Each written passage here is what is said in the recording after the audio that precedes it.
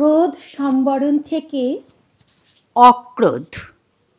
আজ শুরু করলাম এই পর্বটি। আমি এটি পর্ব পর্ব করে আপনাদের শোনাবো। আজকে প্রথম পর্ব হচ্ছে ক্রোধ সম্বরণ থেকে অক্রোধ, পর্ব 1।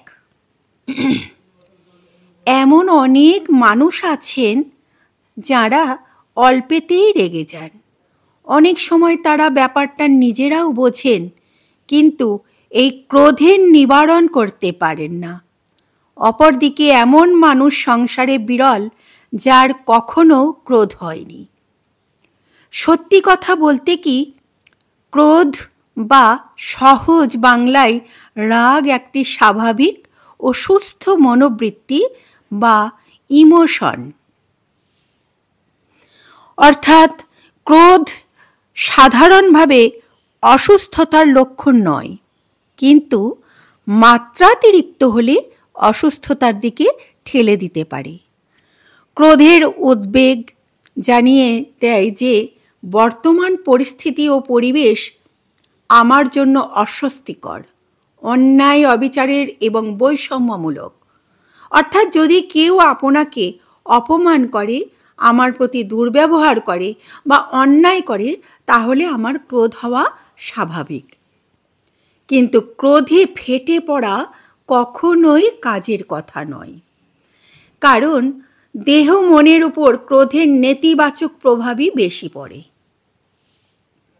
অর্থাৎ ক্রোধ হওয়া একটি সুস্থ ও স্বাভাবিক প্রতিক্রিয়া, কিন্তু সেই ক্রোধের বহিঃপ্রকাশ কিভাবে ঘটছে এর উপর নির্ভর করে আমার দেহ মনের উপর, অন্যের সাথে সম্পর্কের উপর ও সমাজের উপর তার কী প্রভাব পড়বে।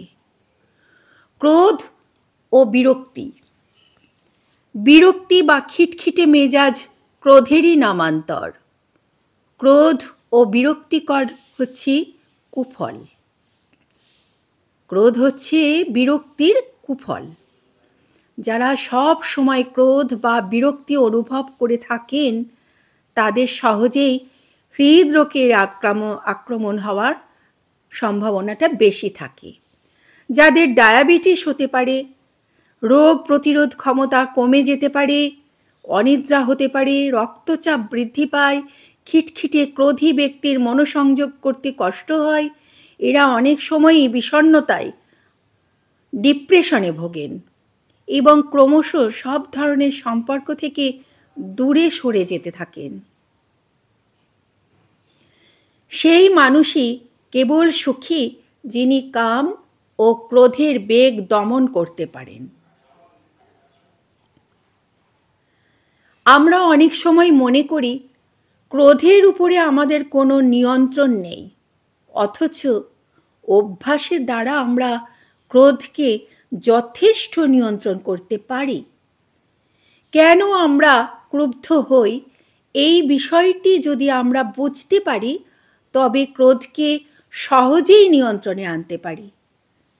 একটা জিনিস মনে রাখা দরকার, যে আমাদের অপছন্দ জানাবার বা বোঝাবার জন্য ক্রুদ্ধ হবার বা ক্রোধ প্রকাশের দরকার নেই, এবং অন্যায়ের প্রতিকার অপরকে আঘাত না করে বা না রেগেও করা যায়। রেগে গেলে আমাদের চিন্তা স্রোত বিঘ্নিত হয় ও আমরা আমাদের মনের ভাব গুছিয়ে প্রকাশ করতে পারি না। ফলে অন্যরা আমাদের বক্তব্য বুঝতে না পেরে অজান্তে আমাদের অপছন্দের কাজ করে ফেলেন। শুধু তাই নয়, এমনকি বিরুদ্ধাচরণ পর্যন্ত করে ফেলেন। তাতে আমাদের ক্রোধ বহু গুণ বেড়ে যায়। কাউকে অনাবশ্যক ক্রুদ্ধ হতে দেখলে অনেকে তাতে মজা উপভোগ করে এবং ইচ্ছাকৃতভাবে আরও ক্রুদ্ধ হবার চেষ্টা করে। এ তো পুরো ক্ষতি কিন্তু ক্রোধী মানুষটিরই হয়।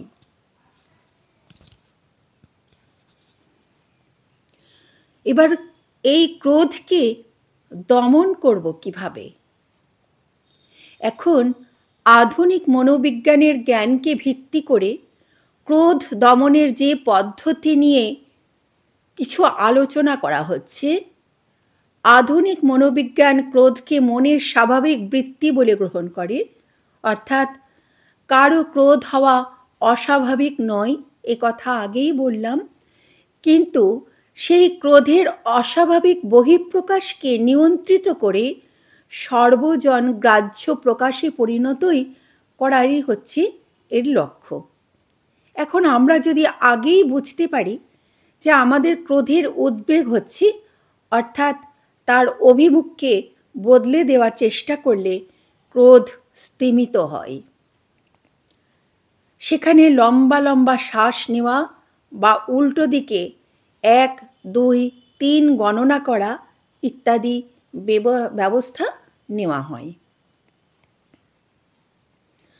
প্রথমে বুঝতে হবে ক্ষেত্র বিশেষে আমাদের রাগ হওয়ার কারণটি কি, বা ওই রাগের পিছনে কি কোনো মনোভাব লুকিয়ে আছে। অনেক সময় অনেক ছোটোখাটো বিষয় নিয়ে আমরা অনেক রাগারাগি করি, অনেক কথা কাটাকাটি করি। এখানে নিশ্চিতভাবে ধরে নিতে হবে যে ওই ছোট্ট বিষয়টির পিছনে বড় কিছু আছে, এবং সঙ্গে সঙ্গে নিজেকে জিজ্ঞাসা করতে হবে যে আমার রাগের পিছনে নির্দিষ্ট কারণটিই বা কী। এভাবে কারণ খুঁজে বের করবার চেষ্টা করলে আমরা বুঝতে পারবো কেন রেগে যাচ্ছি। আর এই হতাশ ভাব বা ক্রোধের কারণ জানতে পারলে আমরা আপনা থেকে ক্রোধের প্রশমন হয়ে যাবে। শুধু তাই নয়, আমরা নিজেরাই বুঝতে পারবো আমার কি করা উচিত আর কি করা অনুচিত। অনেক সময় ক্রোধ নিয়ে আমরা আমাদের অস্বস্তি, এম্বারসমেন্ট, নিরাপত্তাহীনতা, ইনসিকিউরিটি, মানসিক আঘাত, হার্ট, লজ্জা, অসহায় ভাব, দুর্বলতা ইত্যাদিকে আড়াল করে রাখি। অর্থাৎ আমাদের ভিতরকার এই একান্ত নিজস্ব ভাবগুলিকে অপরের সামনে প্রকাশ করতে চাই না, তাই ক্রোধের আড়ালে লুকিয়ে রাখি। যে পরিবারে মনের ভাব প্রকাশ করার সুযোগ দেওয়া হয় না বা প্রকাশ করাকে প্রশ্রয় দেওয়া হয় না, সেই সব পরিবারের শিশুরা এভাবেই ক্রোধ নিয়ে নিজের একান্ত বোধগুলি, ফিলিংসগুলোকে চাপা দিয়ে রাখে, প্রকাশ হতে দেয় না। বর্তমান যুগে উদ্বেগ মানুষের একটি স্বাভাবিক সঙ্গী, কিন্তু এই উদ্বেগকে, অ্যাংজাইটিকে প্রকাশ করা, অর্থাৎ আমি উদ্বিগ্ন, এইটি একটি দুর্বলতার লক্ষণ বলে মনে করা হয়। উদ্বিগ্ন পরিস্থিতিতে আমরা অনেক সময়ই রেগে যাই। এই রকম অবস্থায় আমাদের চিন্তা করে বের করতে হবে যে কেন আমরা উদ্বেগ বোধ করছি। এই উদ্বেগ কি সত্যিই হচ্ছে, নাকি আমরা কল্পনা বা অনুমান করে নিচ্ছি। বিষণ্ণতা বা ডিপ্রেশন খিটখিটে মেজাজের বা ক্রোধের সঞ্চার করে। অর্থাৎ ডিপ্রেসড মানুষ খিটখিটে স্বভাবের হয় এবং সহজেই রেগে যায়।